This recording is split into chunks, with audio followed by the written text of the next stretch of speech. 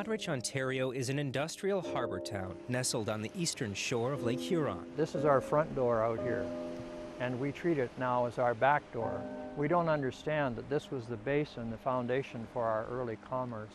And in fact, for a lot of the communities, it's the very reason we're here. Generations in this hard-working town have taken to the lakes for employment. A maritime career was what young men in Goderich aspired to in 1913. It's actually called the Port of Goderich because it is a port.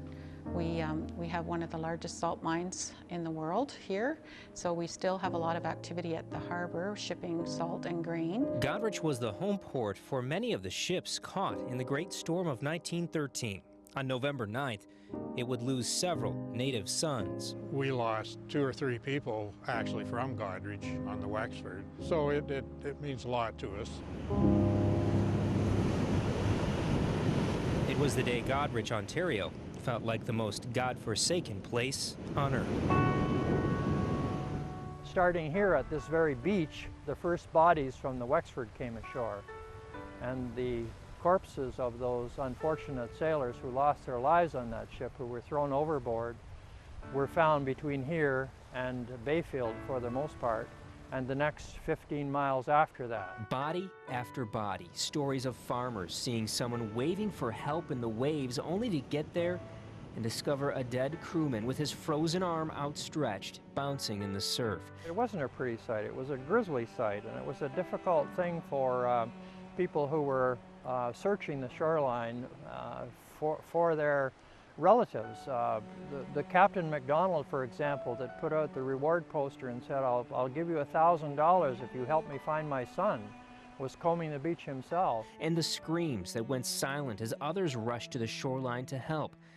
At one point, $25 per body was offered to anyone who would go out and search. I don't think there ever was or ever could be an accurate count.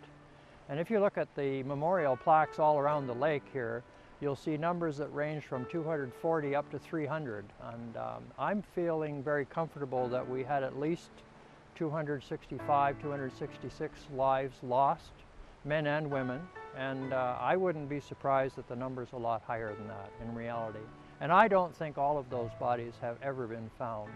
There are still remains here on these beaches, particularly in the dunes.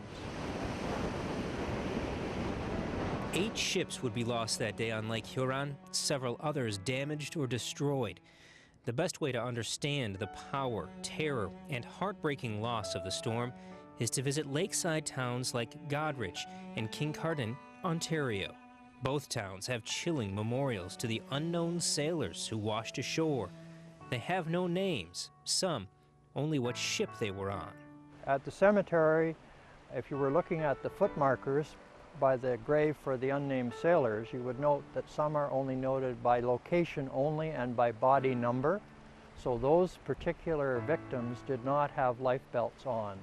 But most of the others are number and the name of the ship, so that the life belt carried the name of the ship, so they would at least know which ship they came from. And the number is so subjective because you know, there was no crew list at this time. In 1913, guys would get on, guys would get off. There's all kinds of stories about a guy with a tattoo that said JT, and he ends up coming to his own funeral because they saw the JT and they assumed it was him. So there's all kinds of, you know, stories of people that were supposed to be on, people that weren't on. So I don't think they ever had a complete count of how many were lost.